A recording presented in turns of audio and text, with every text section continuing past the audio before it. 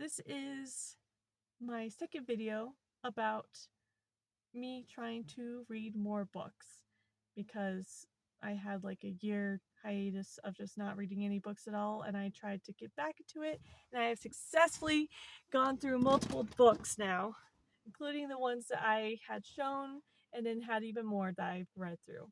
So now I'm going to tell you about the next book that I had in my list of books to read, and that was Freedom Writers. Oh my gosh, okay.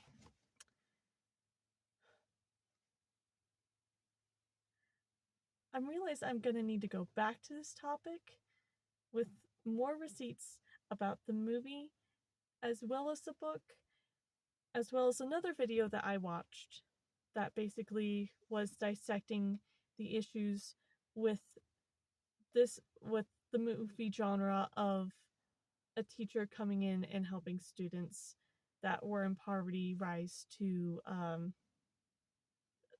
their potential, I guess. It feels very American Dream-esque um, fantasy, but then the stuff that the person talks about are real, genuine concerns. I also would like to give my 2 cents on that topic, but that's for another day. That's for another day. I'm just gonna solely focus on this book because that's what this series is about. And I cried in the first 2 pages of this book. I am a bit of a crybaby. I recognize that. Like, you get a good tearjerker movie, and I'm feeling the emotion of it, I will be crying. I That's just who I am. I think it's a good healthy trait to have.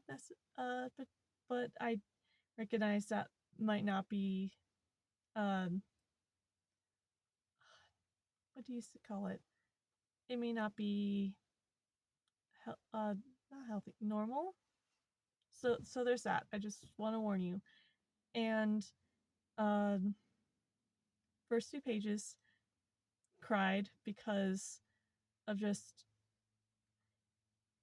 basically it was a lady experiencing secondhand racism, I guess you could put it.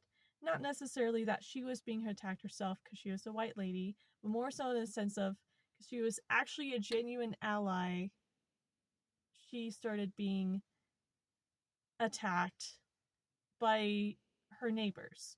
And that was the first chapter, was talking about that, and it made me cry because I definitely see that type of thing happen a lot, where good people just try to do good things, and then people around them just insulting them left and right because they're exposing them for being a bad person.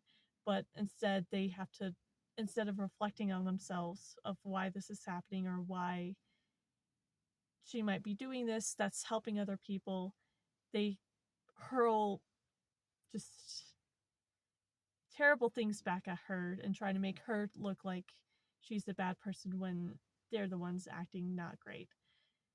That I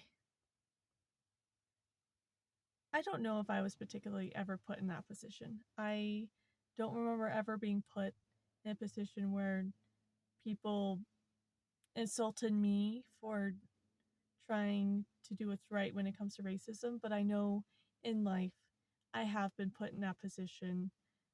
In the last video, I mentioned how I was no longer part of the Church of Jesus Christ of Latter-day Saints. Yes, they want to call themselves by that particular name. Yes, it is exhausting to say. I don't consider myself to be a part of that church anymore. A lot of personal reasons. I could get into it in another video if someone wants to hear it, but that will be that one will take time because I know I'm going to have to edit and write down how I want it to come out. But I get the feeling of you stand up for values that you know are good, and people around you start insulting you because you're not fitting into the status quo, or you're trying to make a change and they don't like it. That wasn't necessarily what I was thinking when I was reading that. I was just crying because I was like, this good person is going through this horrible thing and I feel so sorry for them. And it more tears from there on out about way more harder hardships. Beautiful, beautiful book about real life stories of, at the time, teenagers that at first were just going, this is stupid, this new teacher is stupid, and we're gonna go nowhere in life kind of mentality to changing dramatically to, I have a place in this world.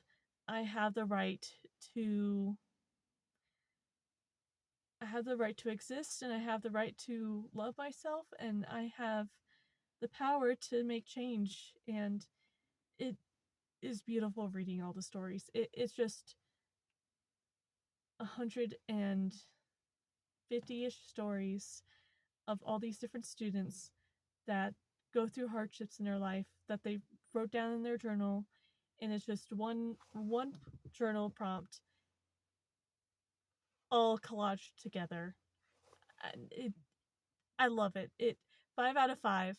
It is an autobiography, and I'm a sucker for those. It is talks about real life stories with real life issues, which I'm a sucker for that too. And knowing that these people were able to make a change and be able to do more with their life makes me not only happy for them, but it helps. I guess you could call it a good hope core story. Not story. A good hope core autobiography of individuals that felt like they couldn't do much, and now were able to do so much more than they possibly ever thought of. A 5 out of 5. I highly recommend this book. I'm purposely keeping it vague in hopes that you'll go and read this too.